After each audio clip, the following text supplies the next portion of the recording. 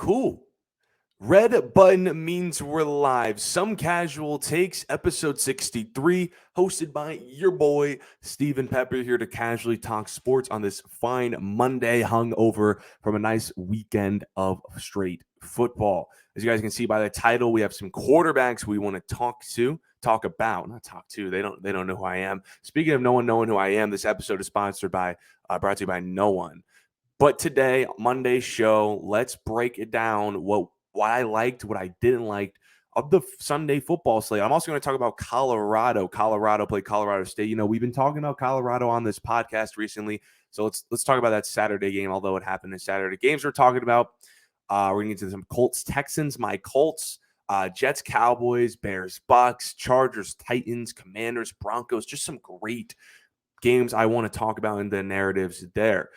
First Monday show of the football season. As you guys don't know, last week was week 1, and I didn't have a show because files glitched. I couldn't get the podcast ready, but now I'm going to make this a staple Monday show. This will not move. I will be here at the top of the afternoon. Well, it's 1 o'clock. I had a late start because I had some homework and stuff to do before classes later today. But top of the afternoon on Monday, I'm going to be here discussing the Sunday games. And I have some stuff that I want to implement that happens on every Monday show too, which means you're probably going to miss Monday football. I'm thinking about adding a Wednesday show or a Tuesday show to also talk about Monday Night Football. But I guess we're just going to have to miss Monday Night Football. I mean, you guys probably don't care what I have to say about Monday Night Football, right?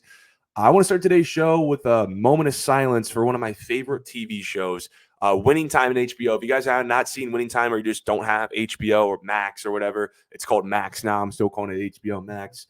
It's a show that is a dramatization of the Showtime Lakers in Magic Johnson's era. And I thought it was a really great show. There were some great performances. As a sports fan, I always like depictions like this of some great eras in sports history. It's great to see that type of stuff come to life. Seeing someone play Magic Johnson, someone play Kareem Abdul-Jabbar and Pat Riley throughout the highs and lows of that Lakers dynasty in the 80s. However, HBO is for some reason deciding to cancel it. Now, I don't know the details in the cancellation. Season 2 just premiered last month.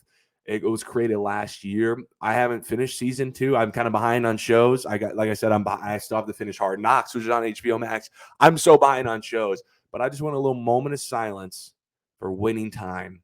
It's a surprise cancellation. I'm praying another platform like a Netflix, like a Hulu picks it up because I think it's great. Season 2, no spoilers though, but it hasn't finished the rest of the dynasty. I thought that the show was going to finish the rest of the dynasty because of its intro was like kind of the end of the dynasty. It was like Magic Johnson in that hospital awaiting his HIV test. I thought I was going to do the whole dynasty, but moment of silence.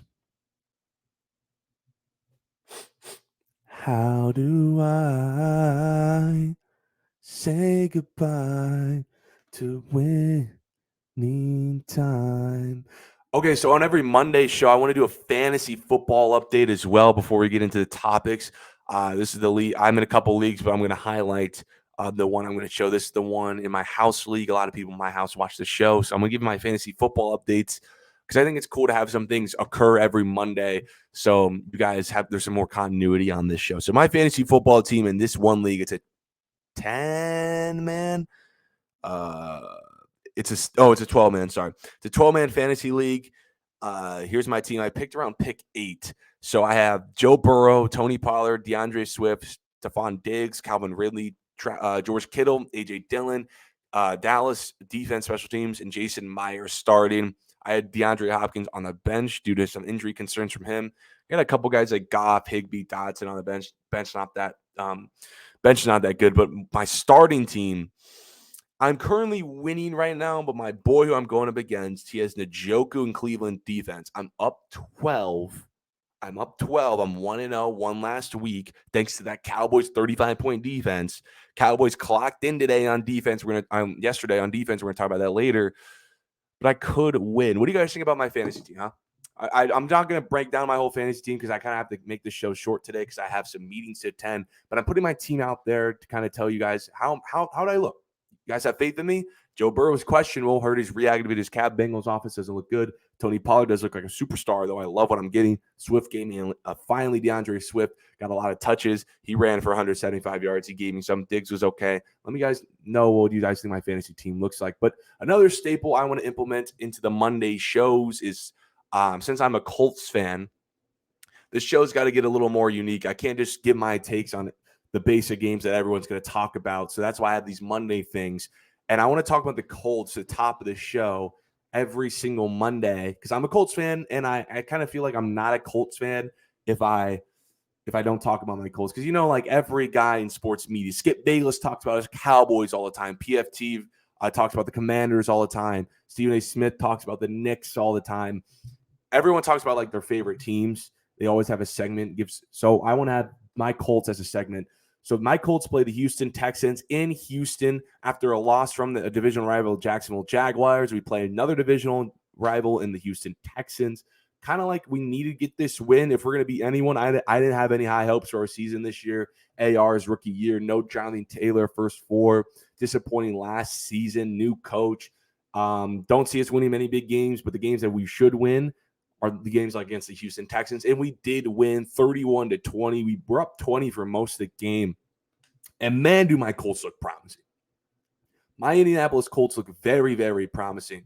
Anthony Richardson started off the first quarter with 2 rushing touchdowns. He's looking like a dynamic playmaker.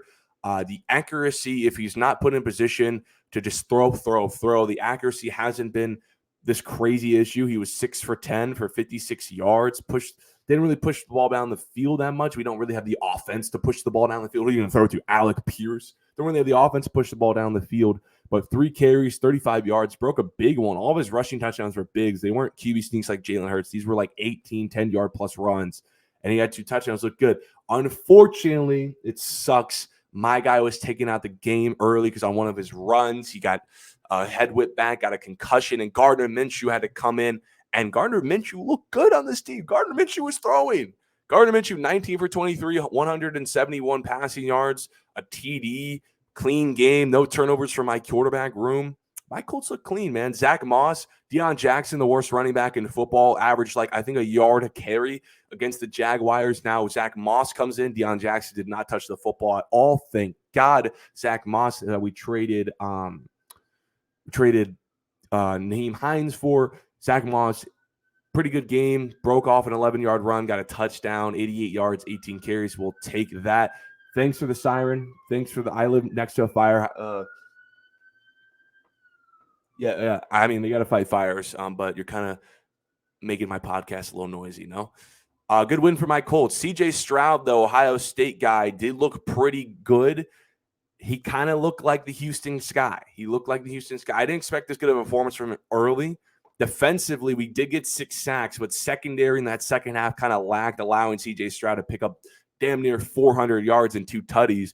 But I do like the 6 sacks there. DeForest Buckner is looking like that star from him. He had the return for a touchdown against the Jacksonville Jaguars. He had a sack. Shaq Leonard's still there in the middle with a couple of tackles. Zaire Franklin's looking like a really solid, underrated middle linebacker. Kenny Moore is still out there. The team looks good, man. I'm excited to see how we do for the rest of the year. We got to keep building up on the Texans, but we're in Baltimore next week. That's probably a loss, but we win.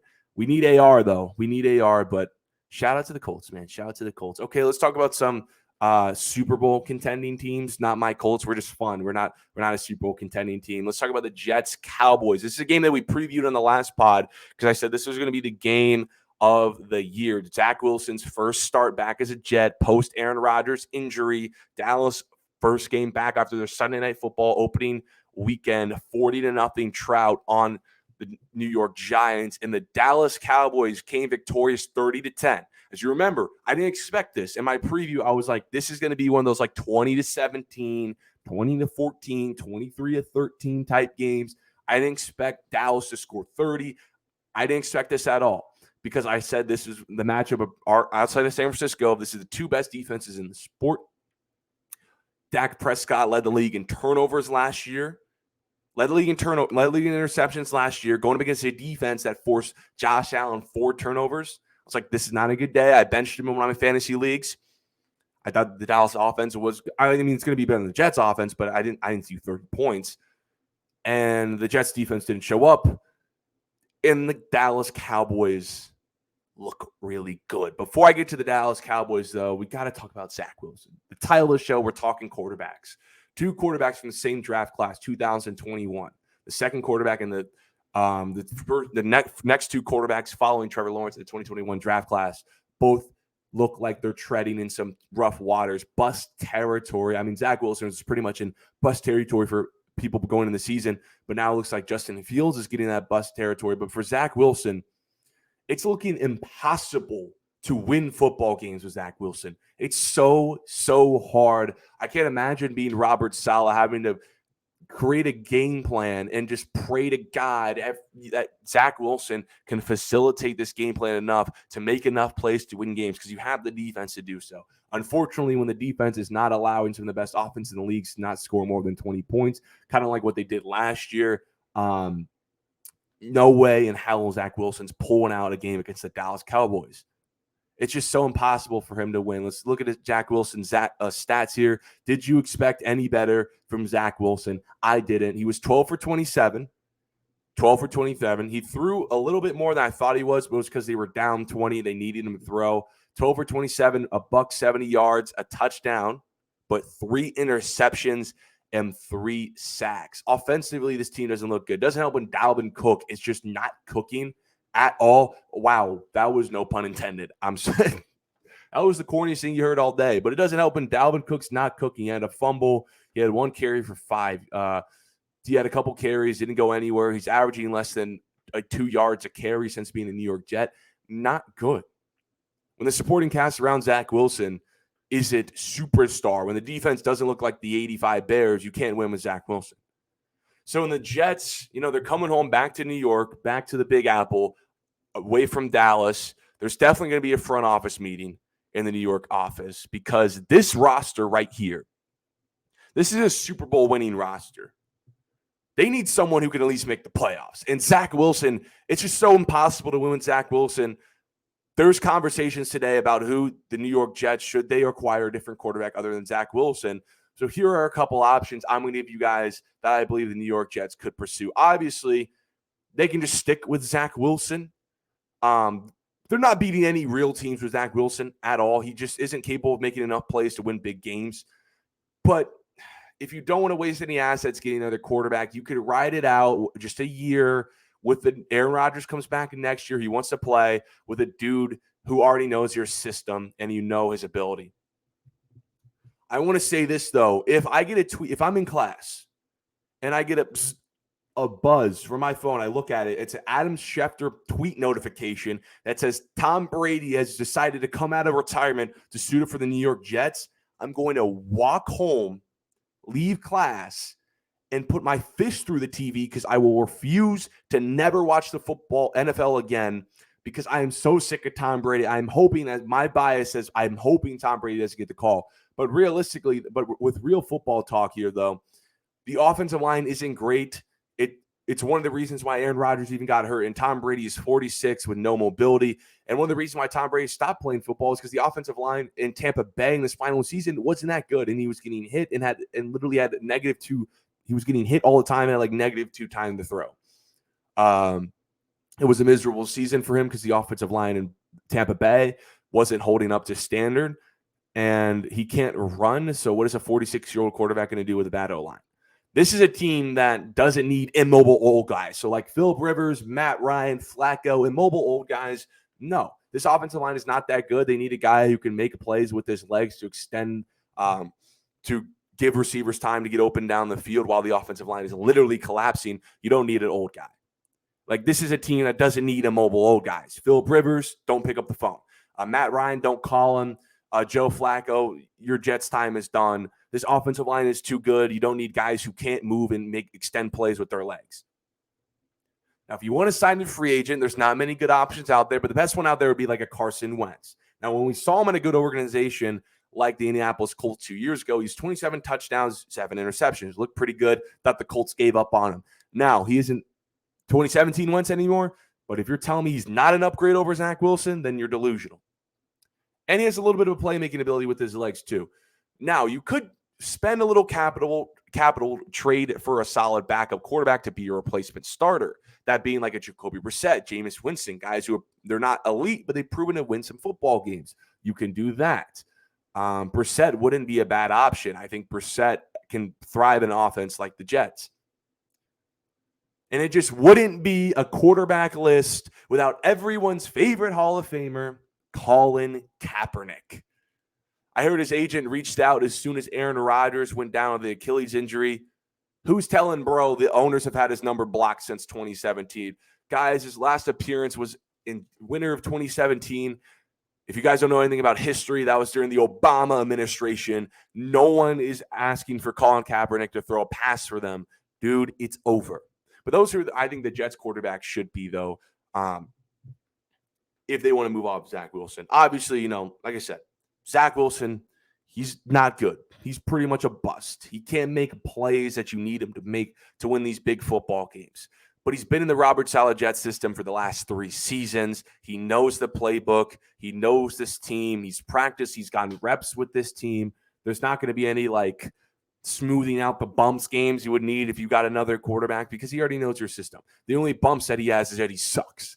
But that's Zach Wilson. Tom Brady, like I said, outside of my hatred, I'm just so tired. And I don't hate Tom Brady. I'm just so tired of seeing Tom Brady again. He's 46. I've never once seen a full season in my entire football life without Tom Brady in it. He's been in the league longer than I've been alive. He's 46 years old, though. So realistically, one of the reasons why the Tampa Bay Buccaneers went from one of the best teams in the NFL in Tom Brady's first seasons to a team that barely won one of the worst divisions in football, barely over 500, is because their offensive line wasn't that good. They dealt with injuries. They dealt with loss of talent. And Tom Brady being an immobile quarterback, he couldn't move. So if he didn't have a pocket to get out a clean ball, then he was just going to take a sack or have to force a ball so he doesn't get hit. And he's 46. He doesn't want to get hit. He doesn't want to get hit. That's one of the issues, too. He's 46. He doesn't want to get hit, too. So that pocket collapses. He's just going to get the ball out and just force one because he doesn't want to get touched. And Aaron Rodgers, unfortunately, that offensive line was bad. The way they block is not good. Aaron Rodgers had complaints about the way they block with their cut blocking. And on the play he got injured, they did it. And that offensive line was one of the reasons why Aaron Rodgers got hurt. So let's throw a 46-year-old quarterback behind that offensive line. But then you can get a Wentz, free agency, you get a Winston, you get a Brissett. Those are upgrades over Zach Wilson. Those guys can win a couple more games, and you'll feel a bit more confident about you making the playoffs, especially like a Jacoby Brissett, and just ignore Colin Kaepernick. I have yet to see Hard Knocks, though. I really want to start watching Hard Knocks, especially if they got clips about that punt return. But I'm rooting for Zach Wilson, though. I mean, I've seen so many clips from NFL films of Allen Lazard, Garrett Wilson. The team is just, especially after during that Buffalo game, after Aaron Rodgers got hurt and they were driving and trying to win that game, there was just so many kind words for Zach Wilson. The team believed in Zach Wilson. They want him to thrive. I mean, they kind of have to. I mean, if he's not thriving, they're not winning games. I think Zach Wilson's not a bad guy. I think now I'm seeing, I didn't really like him to start, but now under Aaron Rodgers, I think he has a better perspective where he's at in his career. And I don't know, maybe he matured a little bit. I'm just rooting for him, man. I feel bad. I don't want these quarterbacks to suck. I don't. I truly don't. I want him to thrive. But it just seems like he's just not good enough. And like I said, the Jets defense didn't play great. They didn't play great at all. They played really, really good against the Buffalo Bills, which made me think this could be the best defense in football. But then they only got 1 sack against the Dallas Cowboys, and their secondary was Sauce Gardner and Reed and a bunch of solid guys who completely turned the ball over and picked everything off against Josh Allen. Looked like toast against the Dallas Cowboys. CeeDee Lamb is looking like a superstar. We already know CeeDee Lamb's like a top 10 receiver in the sport, but he's pushing like that top 5 level talent. 11 receptions, 143 yards. A long one went for 31, averaged 13 per catch. He had his way against this Jets defense. That doesn't help when Zach Wilson's your quarterback. You allow 30 points. Zach Wilson is not capable of scoring 30 points. This is the first time. You guys know I've had the Cowboys winning the division because I think this is a really talented Cowboys team with a slightly easier schedule than the Eagles. This is the first time that I've had no doubt that the Dallas Cowboys are a legit Super Bowl team. Every year of the Dallas Cowboys under the Dak Prescott era, they've had talented rosters. They had rosters that could win the division, make the playoffs. maybe Super Bowl rosters, but I've always had doubt, like, it's the Cowboys, it's Dak. But the way they play football this year, I'm having little doubt of the Dallas Cowboys. I just am.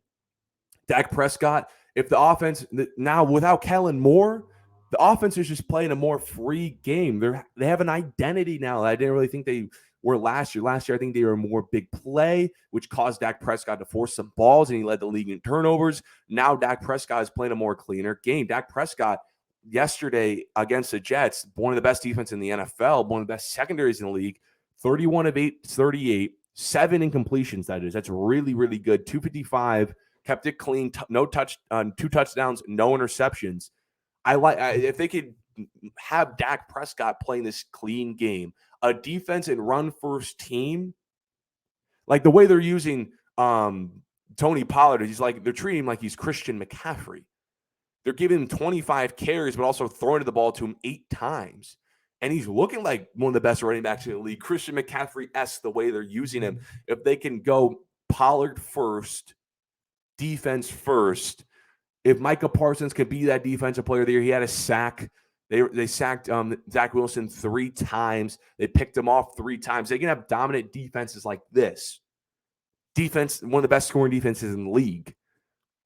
They've allowed 10 points in the last 2 games and have great play designs for Dak Prescott to throw to wide open CeeDee Lamb, put Dak Prescott in situations where he can't turn the football over. You can't tell me this team cannot win the NFC because they have the roster to do so. The only thing that's been holding them back the last couple of years is this offensive identity hasn't been that good, and Dak's been turning the football over. But if Dak could play clean football, still get it out, push the ball down the field, CeeDee Lamb's him, Tony Pollard's workload is efficient, and that defense is the best in the league, this team could win the NFC.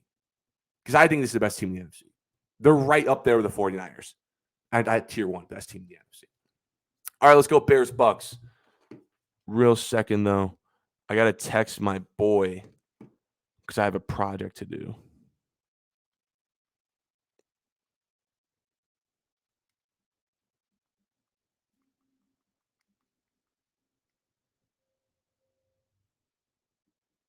I have a project to do. Sorry, I have a project to do today, and this podcast might run over time, so I got to give him a little update. Let's talk Bears-Bucks. So the Tampa Bay Buccaneers hosted the Chicago Bears. And I told you guys, you guys weren't there for that. It was in the deleted episode after the Bears lost to the Packers. I had my friend on, and we were talking about Justin Fields. You guys didn't see that. But basically in that episode, and what I've been telling my friends throughout the week is this is the last game for Justin Fields. It just is the last game for Justin Fields. If he goes into Baker Mayfield's house, Baker Mayfield, a dude who the Browns gave up on, if he goes into Baker Mayfield's house, a dude who had to beat out Kyle Trask in camp, and he loses, it's pretty much over for him, dude. I'm out. You guys know I'm not really the biggest Justin Fields guy in the world. And if he loses in Baker Mayfield's house, it's over for him pretty much. And he did. 27-17 loss to the Tampa Bay Buccaneers. I was going to do a victory lap, but I guess you guys didn't know because that episode never got uploaded because the file corrupted. So I'm going to take my semi-victory lap, although who am I flexing on if no one heard it on the show? But it's okay. We can still talk about it, though. But I'm going to internally, I'm taking my victory lap. But for Justin Fields, it's over, bro. It's over for Justin Fields. Remember I did my TikTok? I had a TikTok about it, and it was like a March podcast after the NFL draft, or when the Bears signed DJ Moore. Number 3. Bears signed DJ Moore, and I said this was the final year for Justin Fields. There's no excuses now. And what excuse is there for Justin Fields? Like, beep, beep, beep, beep, beep. Oh, Caleb Williams. Hey, do you want to be a Chicago Bear next year? Would you enter the draft if we had number 1 pick? Beep, beep, beep, beep, beep. Hey, Dion, let me know if your son Shador will love to be a Chicago Bear. Yeah, Michael Rubin. Are you guys? Can you guys already print our Drake May Chicago Bears jerseys? We're done with Justin Fields because after Sunday, I would too. I've waited like 7 months of hearing all this Justin Fields hype that he's improved as a passer and the offense is so much better. And what I saw on Sunday was the same Justin Fields since his first game as a Bear and the same Bears offense. And I see a quarterback still who's closer to a running back than a quarterback a quarterback who's closer to the running back than a quarterback, and an offense that is incapable of pushing the ball consistently down the field.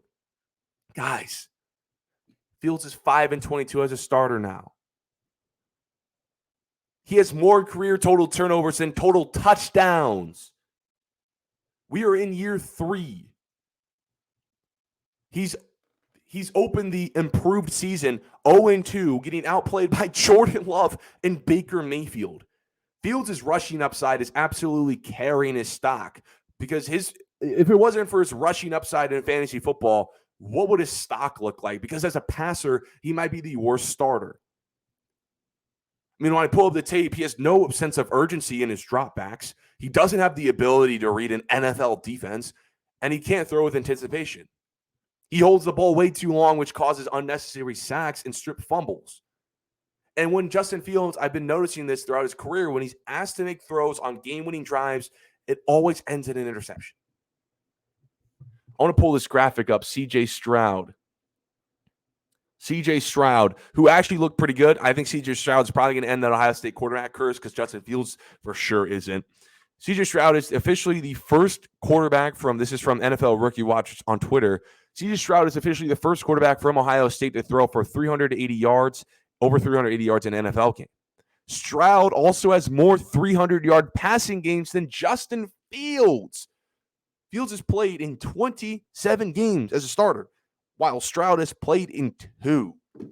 In just 2 games as a starter, C.J. Stroud, Justin Fields' successor at Ohio State, has thrown for more 300-yard games than Justin Fields has in his career. Guys, what did we hear all offseason? Fields, what do we hear from camp? What do we hear from Bears fans? DJ Moore saying Justin Fields has taken a leap. He looks locked in as a passer. They improved the offensive line. Add DJ Moore. I'm not saying Justin Fields is playing on the San Francisco 49ers. Of course not. But he's playing on an adequate enough team to win football games, and he's still not winning football games. This team did improve, and you can't tell me otherwise. It used to be the offensive line. It's gotten better, although it's not an insane offensive line. It's not the Eagles. But there were so many plays where he had a long time to throw in a clean pocket, and he couldn't get it done. His receivers are good. DJ Moore is really good. He's a solid wide receiver number 1 for you. 6 receptions, 104 yards. DJ Moore's pretty good. He's a pretty good wide receiver. You can't tell me not. But now Fields is 5-22 as a starter. 5-22. More total career turnovers than total touchdowns. You know what they say about quarterbacks in year 3, or anybody in any sport. When you're in year 3, especially year 3 as a starter, you're entering the you are who you are type stage. What potential do you have left to unlock? You're 3 years in to touch that potential. How long is it going to take? By year 3, we kind of know who you are. Defensive have game plans on you. You can't really get much better after year 3 because what were you doing in those first 3 years? He's approaching that you are what you are in that stage. I don't see an improved season. He started the season 0-2. These weren't losses to – he's not losing to Patrick Mahomes and Josh Allen, ladies and gentlemen. He's not losing to Patrick Mahomes and Josh Allen. He's losing to Jordan Love and Baker Mayfield. Yikes. Jordan Love. I don't know. Jordan Love has probably like a fourth of his starts as Justin Fields. Jordan Love wasn't recruited. Jordan Love wasn't the second highest rated quarterback behind Trevor Lawrence, one of the highest rated high school players to ever play this game. He wasn't. Jordan Love did not go to Ohio State. Jordan Love did not get a Georgia offer. Justin Fields did. Jordan Love doesn't have 30 starts. Justin Fields does. Baker Mayfield was given up by the Browns. Baker Mayfield doesn't have these expectations. Baker Mayfield doesn't have that rushing upside. And he's looking like a better quarterback today than Justin Fields. When you watch the tape, though, he drops back so nonchalant. Usually quarterbacks drop back quick because you want to get it out fast before the defense can set up or before the route's pretty much over. He does not throw with anticipation.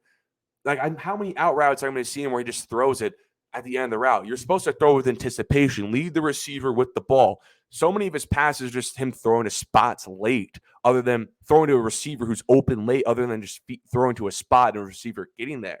And it caused him to throw interceptions. It caused him to get incompletion. It caused him to end drives. And the sack thing, I've always said this, sacks aren't just an offensive line stat. It's a quarterback stat. Sometimes quarterbacks can get themselves into sacks, and that's exactly what Justin Fields has been doing for most of his career. He's been holding on to the ball way too long. He's getting sacked on clean pockets, man. Clean pockets. That's how he's getting sacked. And then he can't read defense. There's so many times where I'm seeing wide open wheel routes, wide open flats, wide open post, wide open routes from DJ Moore. Just DJ Moore, I think, went like this once. Like, dude, like, throw me the ball. But Justin Fields can't throw him the ball. Justin Fields can't throw him the ball. I think I'm done. I think today, if I'm the Bears, I'm telling my scouting department, let's get some more film on Caleb Williams. Let's get some more film on Shedeur Sanders. Let's get some more film on Drake May, because we could be drafting them next year.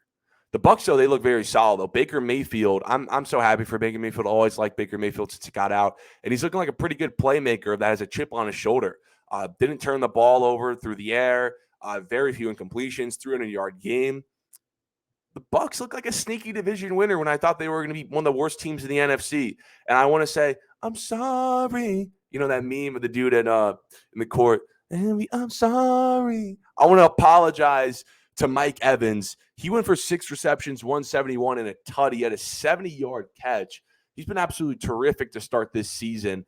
And you guys know we've had a podcast saying he's not a Hall of Famer. He's extending himself into a Hall of Famer. I don't know if this would convince me if he's still a Hall of Famer, but I want to say I'm sorry, dude. I disrespected you. You're catching deep balls. You're helping Baker Mayfield possibly win the NFC South. I want to say I'm sorry to you, bro. I might have to check the comments on the Instagram post that went viral just to see if anyone came back and said this is the worst take ever because he popped off. All right, Chargers, Titans. Man, this team can't win football games. We're about to get into 2 teams. I just don't know why they can't win football games when we've been expecting them to win football games. The Los Angeles Chargers went to Tennessee. Thought they were going to win this game. They didn't. They lost 24-7. I just don't understand why this team isn't winning football games. Why aren't the Chargers winning?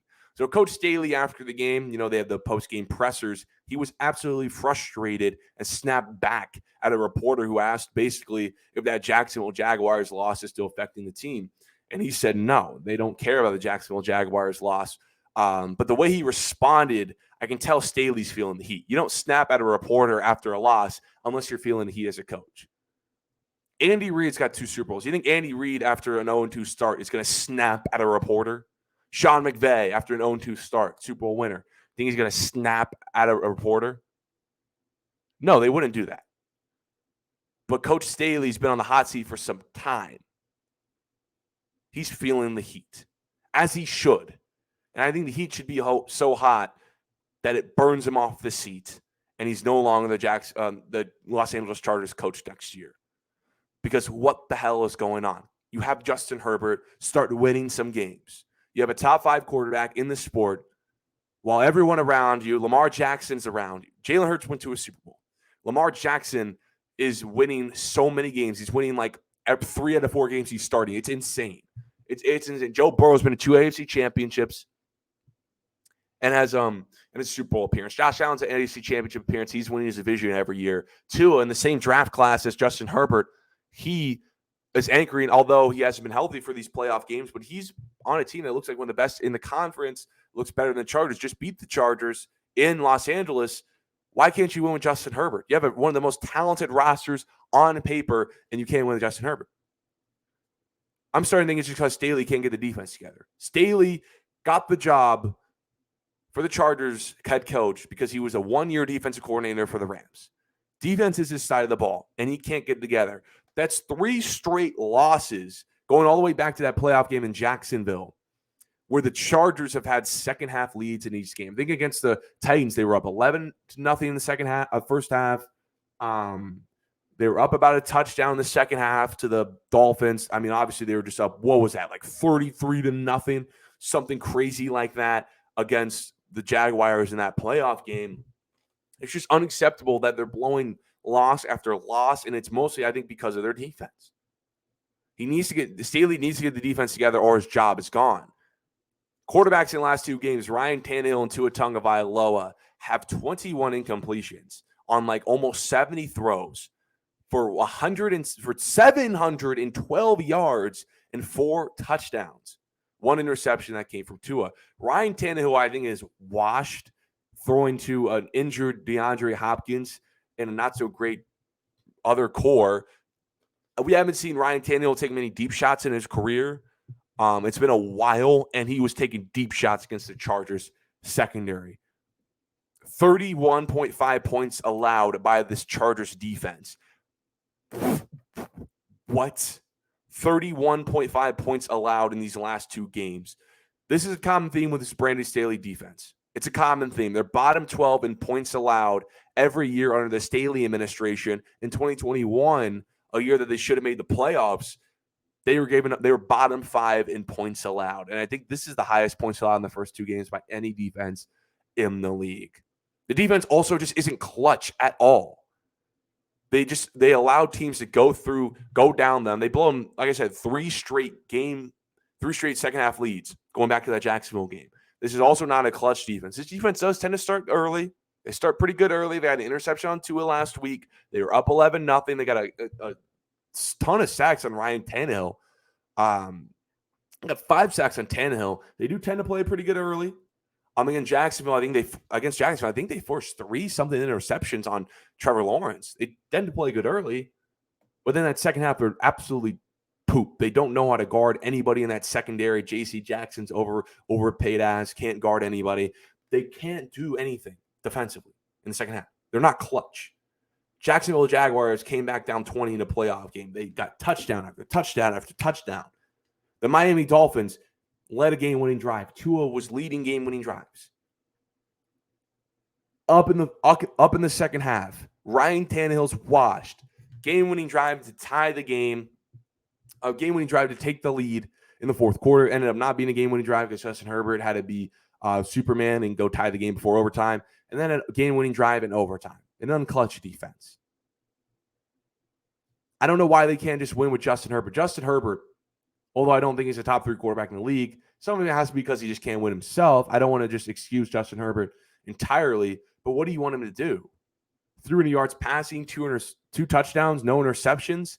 That one touchdown on 4th down where he got roughing the passer because he got smacked in the head, turned around and threw to Keenan Allen on 4th down was an amazing play. This shows how talented Justin Herbert is, and this is a team that can't win with that level of talent. I know they didn't have Austin Eckler. I know they didn't, but they still should be able to win with Justin Herbert, with Keenan Allen, with Mike Williams, with Derwin James, with Asante Samuel, with Khalil Mack, with Joey Bosa, with J.C. Jackson. I'm listing so many good names. Josh Harris. I'm listing so many good names, guys. This is one of the best rosters in the league, and they can't play like it. Like, this defensive talent is insane. Like, if you want talent for talent, this defense with the Titans defense, this defense with the Dolphins defense without Jalen Ramsey, you look like the Chargers might have the better defense between all of them on paper, but they don't perform like it at all. If I see it again next week, I would call for the firing of Staley. I'm not the biggest in-season firing type guy because I don't like coaches not having an off-season with the team unless it's an in-house dude. My Colts just get Jeff Saturday last year. Unless it's an in-house dude, I'm not down for in-season firing, but they could have a replacement. I would do it because I would go offense too. I might go offense. But if they want to go defense, it got to be a guy who can really clean it up. Okay, let's go Commanders, Broncos. This was an exciting finish, which should not have been an exciting finish. We should not have been at that point. The Denver Broncos, with their losing woes, allowed it to get there. The Commanders in Denver won 35-33. I didn't know it was possible that the Washington Commanders could score 35 points with that team, but they did. This is an absolute rock bottom for the Denver Broncos. Shannon Sharp last night on his show, you know, he's a 2-time Super Bowl winner. With the Broncos, he's a Broncos legend. He's saying that the Broncos, they have 3 Super Bowls since 97. This is a fan base that all they do is win. All they know is how to win.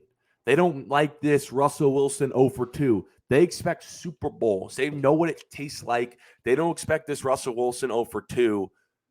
The fans were booing. The fans were leaving the game. You guys saw before that Hail Mary that we're going to get into. half the stadium just left. They went home. They had enough. They wanted to beat the traffic because they don't like what they're seeing on the field. Blowing an 18-point lead at home to Sam Howell.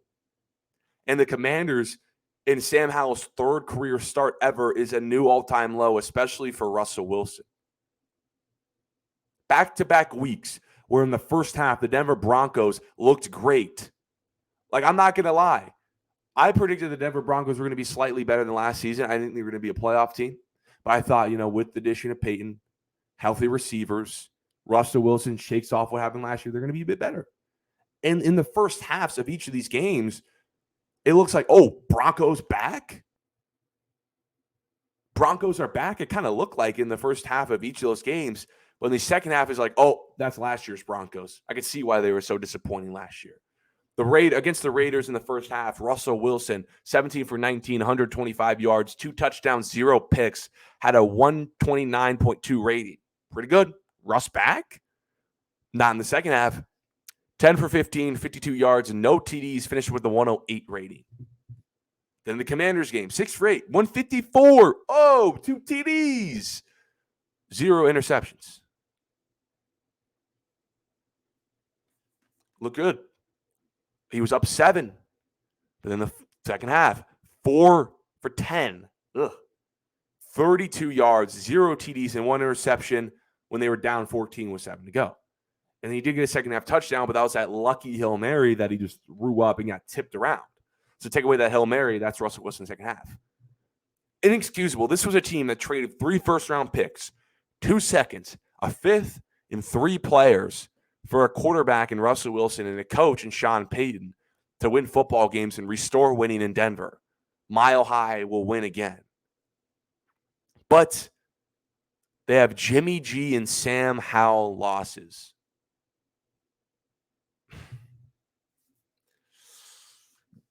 They haven't even played dudes in their – they have, but Jimmy G. They haven't played a Herbert yet. They haven't played a Mahomes yet. The rest of their schedule, I don't know how this is going to get any better. Jimmy G and Mahomes, you have the – oh, my God. You have the Dolphins next week. You have – Bears are a free win. Jets defense. You have the Chiefs. Jordan Love's looking pretty good. Chiefs again. Bills, Vikings, Browns, Chargers, Lions, Pats, Chargers, and a Raiders team again that you've already lost to. I don't see this getting any better unless, again, there are some bright spots. In the first half, they look really good. Mims is looking like a nice weapon, but he only had 2 catches. Where was he in the second half? How did they just not use him? Why is Judy only getting 3 catches? Javonte Williams is not looking so great. Everyone was so high on him coming out of college, but he's 12 carries, 44 yards. Not that insane. How are things going to get better? What can you do? You can't get off Russell Wilson. He has one of the biggest contracts in the league that you extended him for, and it hasn't even hit yet. You just traded for Sean Payton. What moves can you make? Where are the Broncos going now? Start the season with losses. I guess you can't get any worse than this. If you're starting the season losing to Sam Howell and Jimmy Garoppolo, but not a great way for the Broncos to start the season. But speaking of Sam Howell, the Commanders do look solid. I thought they were going to be one of the worst teams in the NFC. They look pretty good. Eric Bieniemy, who a lot of people question if he had anything to do with Kansas City's offense, he's having a great offense now in the Commanders. When was the last time you seen this Commanders team score 35 points? I didn't see this out of them. I saw a team last week that barely beat the Josh Dobbs Arizona Cardinals. I thought that's the Commanders team we're going to see. 5 wins. Sneaky playoff team in the Commanders. Sam Howell's energy, kind of like a Baker Mayfield swag, moxie, a dude who can, his energy, vamps the team. He looked really good. 2 touchdowns, took a couple sacks. Offensive line doesn't look that great.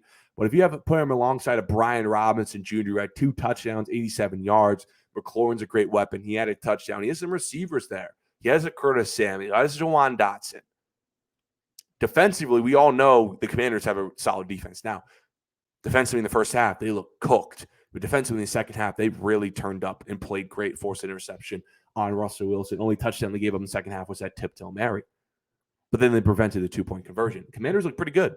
But for the Broncos, where do you go from here when you've hit a bottom so hard of 0-2 start to Jimmy G and Sam Howell. All right, last topic of the day as I have to go to my project, of course. It sucks being a busy college student, I guess. Let's talk college football now.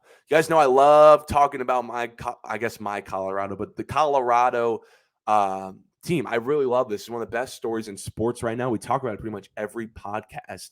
And if you guys remember last week, I talked about the drama between Colorado and Colorado State. This is an in-state rivalry, but their coach, Colorado State's coach, had some words for Deion Sanders. Remember, he said flashback. He had some words about how Deion Sanders carries himself. Said Deion Sanders, usually when I talk to grown-ups, I take my glasses and hats off. That's what my mom told me. And Deion Sanders obviously took it personal, as he should, and uses it as energy to beat his team. So I thought, okay, Colorado's going to come out. They were the 23.5-point dogs against a Colorado State team that just got blown out by a Pac-12 team in Washington by like 30 points. Washington State hung 50 on them. And I think Colorado's better, has more talent than Washington State. That's what I thought I was going to see, a blowout. And it was in Colorado in Folsom Field. Thought I was going to see. And I said, no one knows who Colorado State is. They haven't been an AP team since before I was born. They haven't been an AP top 25 team since I was born. And they almost won. They almost won. Colorado State lost a tight one. Colorado pulled it out in double overtime, 43-35. This was the game of the weekend. Huge stars were there. The Rock, Little Wayne, Kawhi Leonard came out of hibernation on his bad knees, and he was at the game. So many stars were at the game, which kind of makes me jealous. I envy these big football school, big celebrity type schools. I always wish I went to that because, I mean, I don't want to throw shade at my school, Miami, but we don't have a Coach Prime who could pull Dwayne "The Rock" Johnson sideline, and we can get 5 stars like Travis Hunter showing our game. We'll never ever get College Game Day at one of our games. We'll never ever get a packed stadium. We did, though. Shout out to my guys, the Red Hawks. We did beat the Cincinnati Bearcats. We did beat them in the Liberty Bells back here in Oxford. But that's probably the highlight of my college football life as a Red Hawk, current Red Hawk. That's probably the biggest we'll ever get. We'll never have a game day. We'll never Dwayne "The Rock" Johnson. We'll never have those type of games. I envy those big schools, but I was wrong about Colorado State. They were the ones who took that game personally. They were the ones who wanted to shock the world and beat Colorado, whereas Colorado wasn't the people who wanted to put 30 on them. They play with fire. They came out gunning. They put 35 points up on this team, almost as many as TCU did at home. 35 on the road. They also played a little bit dirty, too. Travis Hunter, if you guys didn't see, extremely dirty late hit he suffered. Deion Sanders today, breaking news, said he's going to be out for 3 weeks, which is not good because if you look at their schedule in these next 3 weeks, Oregon, USC, their 2 biggest games of the season, no Travis Hunter. That's going to suck. But Colorado came out with fire, and they almost pulled it off. I mean, Colorado State was up in this game. They could have won. That was the type of game. Colorado needed a game-winning drive with 2 minutes left to go to win, to send that to overtime. Colorado, I mean, they have to be relieved they weren't upset because that's just a devastating blow to their hype. If Colorado State, a team who hasn't beat an AP top 25 opponent since 2002, before I was born, comes into your field and Dwayne "The Rock" Johnson's courtside, and you're playing a college game day type game, prime time, 10 o'clock, ESPN, you lose. Hype's pretty much over because then you have to take that loss into Oregon, take that loss against UFC, Caleb Williams, and a good Oregon team with Bo Nix. You have to play them. How are you pulling that game off? But they got away with the win, especially if Travis Hunter got with that Travis Hunter injury too. A loss plus Travis Hunter injury going into that tough Pac-12 schedule that they got. They still have Washington State. They still have some Utah. They still have some good teams. My defense has still always been a concern I've had with them. Their defense, remember I said against the TCU game where they absolutely lit up 42 points, but I was like, okay, I know the defense as a whole. TCU ran all over the field and threw what they wanted, but that was a team that was in the college football championship game in the winter. And then they played really good defensively against Nebraska. But then now thinking about that might just have been Nebraska's issue. It's just Nebraska. Colorado State, they did get 4 takeaways against them, but 4 total passing touchdowns given up and almost 400 total yards passing is a concern against the Colorado State team. What do you think Caleb Williams and Bo Nix, 2 of the best quarterbacks in football, dudes who can walk in a stadium and throw for 4 touchdowns and 300 yards, what do you think they're going to do to this secondary? Especially a secondary that's not going to have Travis Hunter for them. Because Colorado's schedule, like I said, they got Oregon. They're at Oregon, number 10 Oregon, Bo Nix, 3:30 ABC. Then they host USC the following week. Caleb Williams, the Heisman favorite. They still have to play 22th-ranked UCLA, 14th-ranked Oregon State, 21st-ranked Washington State, and 11th-ranked Utah. They have some good quarterbacks. They have some solid passing attacks. What do you think they're going to do against that defense, especially with no Travis Hunter? But I do want to give some love to Shiloh Sanders, though. Deion Sanders' other son, who doesn't get much attention nearly as Shedeur. Shiloh Sanders played his tail off. He had a pick 6 that was crucial to the game. I mean, that pick 6, when you look at the scoreboard, he doesn't get that pick 6, Colorado probably loses. So shout out to Shiloh Sanders, man. I want to give some more love to Shiloh Sanders. Offensively, though, I think this is a really good offensive team. 45 points against TCU, 43 points against Colorado State. This is a team that can put 40 points up because they have one of the most talented guys, Heisman candidate. They put 36 against Nebraska. They have Shedeur Sanders. They have Dylan Edwards. They have Jimmy Horn. Michael Harrison, tight end, looked pretty good. Even without Travis Hunter, they were still able to put a lot of points. This is good offense, but it did stall in the first half. They had only 3 possessions in the first half where they didn't cross midfield. Well, they did cross midfield. Sorry. They only had 3 snaps over midfield in the first half in Colorado State territory. This team will definitely miss Travis Hunter offensively. That's Shedeur Sanders' favorite target. But Shedeur Sanders had to lock in and still win without his favorite guy, and he did. Sanders, 38 for 47, 348 yards, 4 touchdowns, and an interception. Pretty much all without Travis Hunter. Travis Hunter only had 2 catches for 21 yards. He had to lead a game-winning drive with 2 minutes to go, sneak one in to Jimmy Horn for a touchdown to send it into overtime, and he was spectacular in the overtime as well. Pulled off the game, pulled off the 2-point conversion. Shedeur Sanders, 1,251 total passing yards, 10 touchdowns, and an interception in his first 3 games. That's not bad for an HBCU transfer that everyone, not everyone, but most people thought had questioned how his HBCU style of play would translate, and he's looking phenomenal. I mean, if it wasn't for Caleb Williams, he's Heisman. He's Heisman. Now, I'm thinking about this USC game. It's going to suck he doesn't have Travis Hunter, but when we go to that UFC game, the winner of that, the quarterback who wins that game, wins the Heisman. That's just my prediction. Unless Colorado absolutely tanks the end of the season, they pick up like 4 losses. If Colorado and USC can have like a similar record, the winner of that game is going to win the Heisman. But they gotta focus on Oregon first. But Shedeur Sanders, it's going to be interesting if he thinks about coming out of the draft because he is allowed. He is a junior, but it's a very loaded draft class, and would teams take him before Bo Nix? Would teams take him before Michael Penix? Would teams take him before Caleb Williams? Of course not Caleb Williams. Would teams take him before Drake May? Not looking like it. He could come out next year, but what he's doing this year, though, if we were giving him runner-up Heisman trophies, he would get it. It is a positive, though, that a team if there was a takeaway, there's something to be positive about Colorado, is that a team under so much media spotlight. A lot of people want Colorado to lose if you have a Twitter account or in their comment sections. A lot of people don't like Deion Sanders. Colorado State's coach didn't like Deion Sanders. A lot of people want this team to lose. It's a positive that a team under so much spotlight with people who want to see them lose, handle adversity, lead a comeback and win a game, not get discouraged that they were about to get upset. That's a positive for Colorado to take away from their near upset. But I want to thank you guys for listening. All of my Twitch viewers, you guys know I hold you guys to my heart who listen live on Twitch. Our YouTube audience is growing. So shout out to you guys who are listening on YouTube. Follow all my social media to stay up to date on everything related to the show. The The name is Some Casual Takes on all platforms. My next show will be Friday at 12. I like to do the top of the afternoon shows. But until then, I appreciate you guys for tuning into the 63rd episode of Some Casual Takes. And I'll be back on Friday to talk Thursday Night Football and the biggest headlines that happened during the week that I missed. All right, guys. See you.